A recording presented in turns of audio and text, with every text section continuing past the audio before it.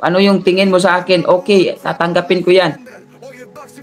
Na hindi ako magaling, bobo ako, wala akong pangalan, hindi ako kilala sa boxing industry. Kayo kilala, meron na kayong maraming award, pero sir, mas pipiliin kung ganito ako kaysa magiging traitor ako sa sariling kababayan ko. Paano mo makuha ang mapalakpak at masabing immortal na Alas? Kung mismong kalaban ni Cuadro Alas, ni-reach out mo at sinabi mo doon na ikinahiya mo ang Team Casimero. Kasi ito si Pau Salud, hindi naman to supporter eh. Vlogger to eh. Vlogger. So, vlogger, it means ang ina-after lang yan, views, content, may content. Ganun lang. Magagalit kayo, nasasagasaan ko kayo. Pambira. Iwan ko lang kung may maniniwala pa dyan kay kay Pau Salud. Na-expose na eh. Well, wala tayong magawa. Kung ganyan talaga siya, magkikritics kay Cuadro Alas, okay sana yon kung ganon. Pero yung before the fight, tapos sabihin mo, sana manalo si Cuadro Alas, hangad kong manalo si Cuadro Alas. Tapos, nagbibigay ng mga opinion, ganito dapat gawin, ganyan.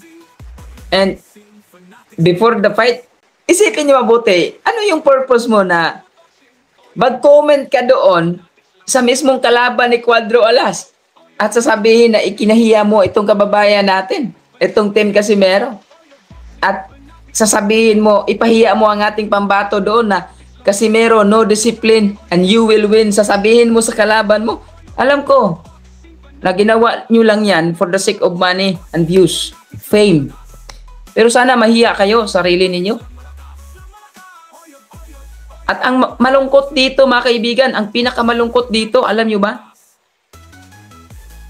Yung binubula mo yung mga tao, hindi ka naging totoo sa mga tao. Kaya Sir Pau Salud, sinishare kita ngayon kasi gusto ko maging karespeto naman yung pagtawag ko sa pangalan mo. Kasi sinabi mo na wala akong pangalan, hindi ako kilala, wala akong alam, fake news ako, ganito ako. Walang problema sa akin, pero sir, mas maganda na para sa akin. Kung ano yung inisip mo sa akin, ano yung tingin mo sa akin, okay, tatanggapin ko yan. Na hindi ako magaling, bobo ako, wala akong pangalan, hindi ako kilala sa boxing industry. Kayo kilala, meron na kayong maraming award, pero sir, mas pipiliin kung ganito ako kaysa magiging traitor ako sa sariling kababayan ko. Mas pipiliin kung ganito ako. Sa isip ninyo, fake news, hindi marunong, hindi matalino. The remaining hours, mga kaibigan, kung isipin ninyo, si Cuadro Alas galing pa sa first weigh-in, then binigyan ng 2 oras, hindi madali yun kasi nga, hiningi lahat ang pabor. At kawawa ang ating pambato doon kasi kahit pagkain, gusto niyang kumain, hindi niya kayang gawin kasi nga, may mga problema. May mga abriya. Yun hindi natin maiwasan kasi walang perpekto ng mga boksingero sa team sa kahit saan. Ilang mga boksingero ba nag-overweight? Si Casimero lang ba? Ngayon mga kaibigan, dito mo makita talaga yung totoong suporta, yung totoong mga taong sumusuporta kay Cuadro Alas. Kasi ito si Pau Salud, hindi naman to supporter eh. Vlogger to eh.